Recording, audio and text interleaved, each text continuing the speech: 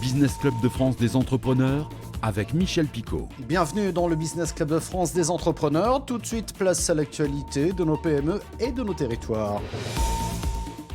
L'entreprise toulousaine Delair, premier constructeur français de drones professionnels volants, se lance dans les drones sous-marins après avoir repris une partie de l'entreprise marseillaise Nautilo Plus en redressement judiciaire depuis juillet dernier. Nautilo Plus a conçu un drone sous-marin autonome ainsi que la plateforme de traitement des images avec intelligence artificielle pour inspecter les coques de bateaux, les barrages ou encore les réseaux d'éoliennes offshore. La complémentarité sol-mer permet donc aujourd'hui à Delair de se renforcer sur le marché des drones d'observation pour la défense. En attendant une réglementation européenne plus précise en ce qui concerne les drones civils, cette réglementation est prévue pour 2024. La marque de vêtements 100% Made in France qui s'appelle 1083 a, après de grandes recherches, trouvé finalement une usine en France pour fabriquer les boutons métalliques de ses jeans.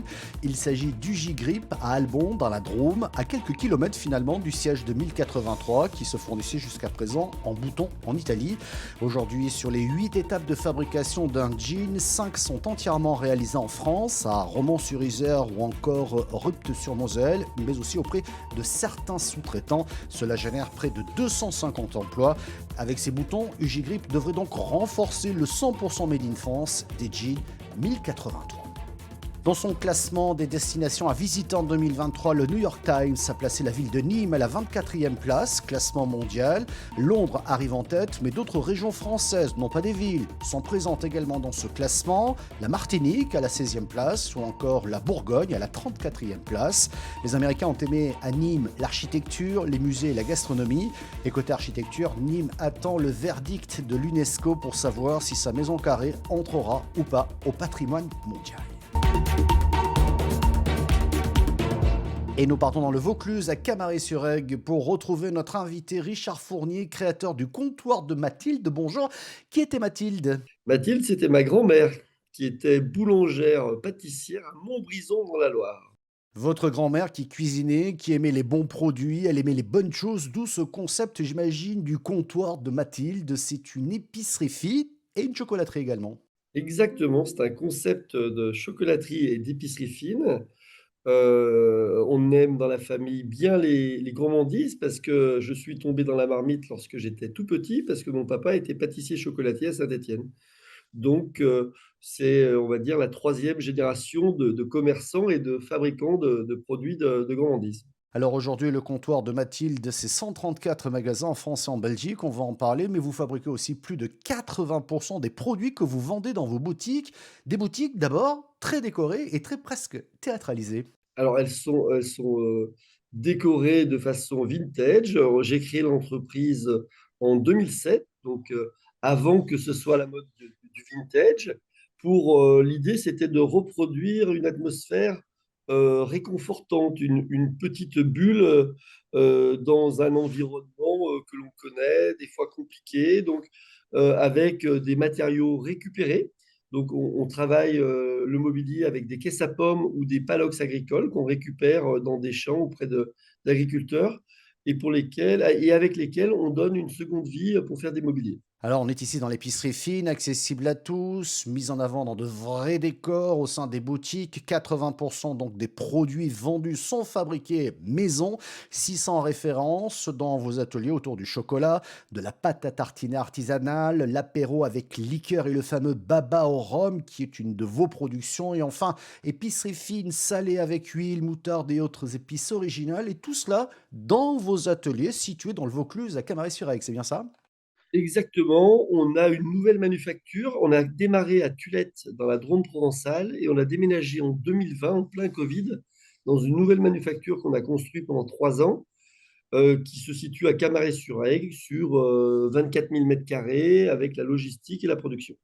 Et ces produits sont vendus essentiellement donc sur votre réseau de franchise. Vous avez ouvert en 2022 28 nouveaux magasins. L'objectif est donc 250 magasins en 2026 et des ouvertures également à l'international. Feuille de route ambitieuse, mais ne craignez-vous pas peut-être un coup de frein là en début d'année à cause de la crise énergétique ? Ça fait 2 ans qu'on est resté agile et qu'il fallait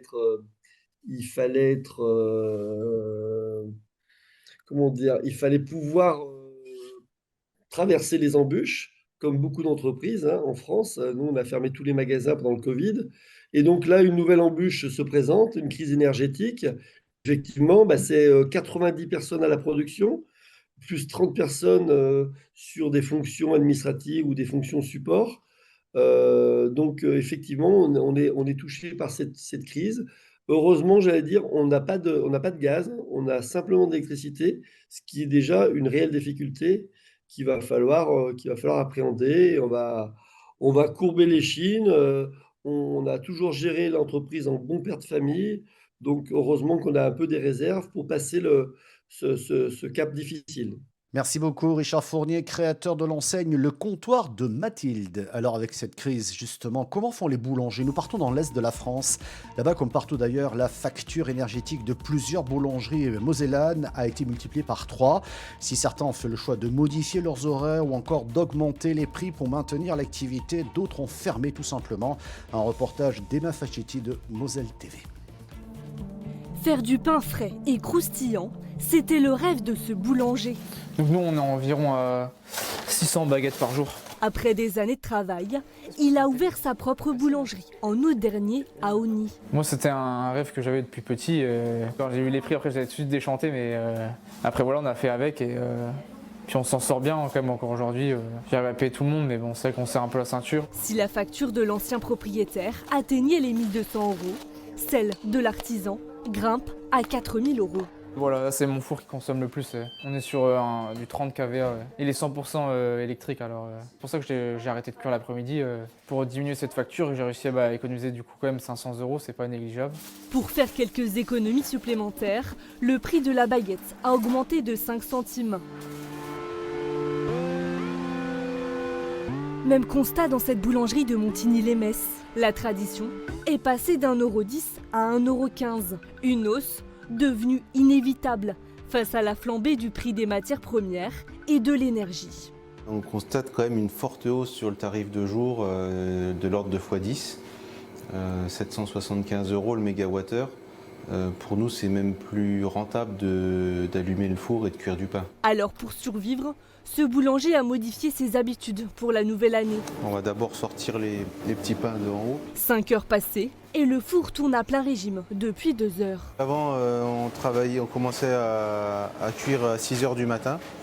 Et actuellement, on a reculé, on démarre à 3 h du matin pour bénéficier du tarif de nuit et avoir fini toutes nos cuissons pour 7 heures. Le tarif de nuit, il est 2 fois moins cher que la journée. C'est quand même malgré tout 5 fois plus qu'avant, mais on subit quand même les majorations d'heures de nuit. Résultat, les 500 baguettes confectionnées chaque jour ne sont plus cuites au fil de la journée, mais toute la nuit, jusqu'à 7 heures du matin. C'est 23 000 watts le gros four. Du jamais vu en 20 ans de carrière. On n'a plus la fraîcheur d'un produit cuit tout au long de la journée. Et on peut difficilement gérer les invendus, parce qu'on est obligé d'essayer de prévoir les quantités et c'est compliqué de savoir ce qu'on va vendre sur la journée. Si pour ce boulanger, l'avenir est encore flou, pour d'autres, tout s'est arrêté brusquement. La seule boulangerie de Bourg-Galtroff, 300 habitants, a fermé ses portes début décembre. J'ai même pas de mots pour décrire le sentiment qu'on ressent à ce moment-là. Moi honnêtement, c'est un crève-cœur. C'est tout le travail d'une vie qu'on se donne là-dedans. C'est nous, en tant que boulanger, comme tous les confrères, on fait 80-90 heures semaine. Moi, c'est tout le travail de ma vie, tout mon rêve qui est parti en fumée, j'ai envie de dire. Lui qui avait fait sensation avec ses pâtisseries coquines, a été fortement fragilisé par l'envolée du prix des matières premières. Une situation qui s'est aggravée à la rentrée. Ce qui m'a tué, c'est le 1er septembre, les factures d'énergie, le renouvellement du contrat qui est tombé. Donc moi, j'ai fait x 350%, donc à partir du 1er septembre. Donc du coup, on a continué encore octobre, novembre et début décembre. Mais voilà, on n'a pas pu continuer plus loin. On a économisé comme on pouvait pour payer ces factures d'énergie qui étaient faramineuses. Donc on a licencié, on s'est levé plus tôt. Mais au final, tout ce qu'on économisait partait dans l'énergie. Écœuré, il a décidé de quitter le secteur de la boulangerie après 5 ans d'activité. La profession est plus que jamais obligée de se réinventer pour exister. Et Et puis restons dans l'alimentaire, direction l'Aube. La société Fruits de la Terre recherche des producteurs de pommes de terre pour financer le premier site industriel de production de frites de l'Aube. Après les chips auboiselles, place donc aux frites auboises. Un reportage de Canal 32. Après les chips auboises, pourquoi pas des frites ? Jusqu'à présent, les pommes de terre auboises sont coupées et surgelées en Belgique au sein d'usines appartenant à des groupes internationaux. Ce marché croît de 2% par an. Thierry Laporte souhaite se démarquer en proposant des frites made in France. En 2018-2019, on avait des interlocuteurs acheteurs qui nous demandaient toujours « oui, vos frites c'est bien, quel prix ?» Aujourd'hui, vu ce qui s'est passé depuis 3 ans, le discours est différent. Les gens se reconsacrent plus sur de la production française. Et on serait éventuellement la première usine dirigée que par des Français. Donc c'est français au beau. Thierry Laporte a déjà obtenu le permis de construire et les plans pour la première des 2 lignes de production. D'une longueur de 360 mètres, l'usine est sans commune mesure avec celle des chips. Entre 6 et 7 tonnes de frites produits finis à l'heure. On est autrement plus important que Auboiselle Chips, parce qu'aujourd'hui, le Auboiselle Chips, c'est 100 kg de chips à l'heure. Donc il faut qu'on soit au top. Si on joue dans la cour des grands, des industriels, on est obligé de se mettre au niveau, sinon on ne sera pas crédible vis-à-vis des clients. Le coût complet du site s'élève à 60 millions d'euros. Si le gérant bénéficie d'ores et déjà du soutien de 2 grossistes et d'un constructeur, il cherche à compléter le financement à hauteur de 8 millions d'euros auprès des agriculteurs. Qu'ils soient au capital ou pas, on a besoin de tous les producteurs. C'est-à-dire que Fruits de la Terre s'engage à rémunérer 20 € de plus une certaine quantité de tonnes de pommes de terre qui lui permettrait d'amortir son coût d'investissement sur les 5 ans qui viennent. Sur tous les journaux, on voit qu'on est en manque de frites et tous les journaux nous disent qu'on envoie les pommes de terre en Belgique pour nous les ramener en frites. Alors pourquoi ne pas le faire dans l'Aube ? Les ancêtres, c'est ce qu'ils ont fait. Ils nous ont laissé des coopératives, ils nous ont laissé des DESI, ils nous ont laissé des outils, des très beaux outils pour les betteraves. C'est bien des producteurs qui l'ont fait. Aujourd'hui, pourquoi pas le faire ? Thierry Laporte recherche des producteurs dans un rayon de 150 km autour de Torcy-le-Petit. Il espère démarrer la production de frites en 2024. Merci de votre fidélité au Business Club de France des entrepreneurs. L'émission est disponible en replay vidéo sur le site internet de votre télévision. Nous sommes également diffusés à la radio, mais aussi en podcast audio. Merci de votre fidélité et à la semaine prochaine.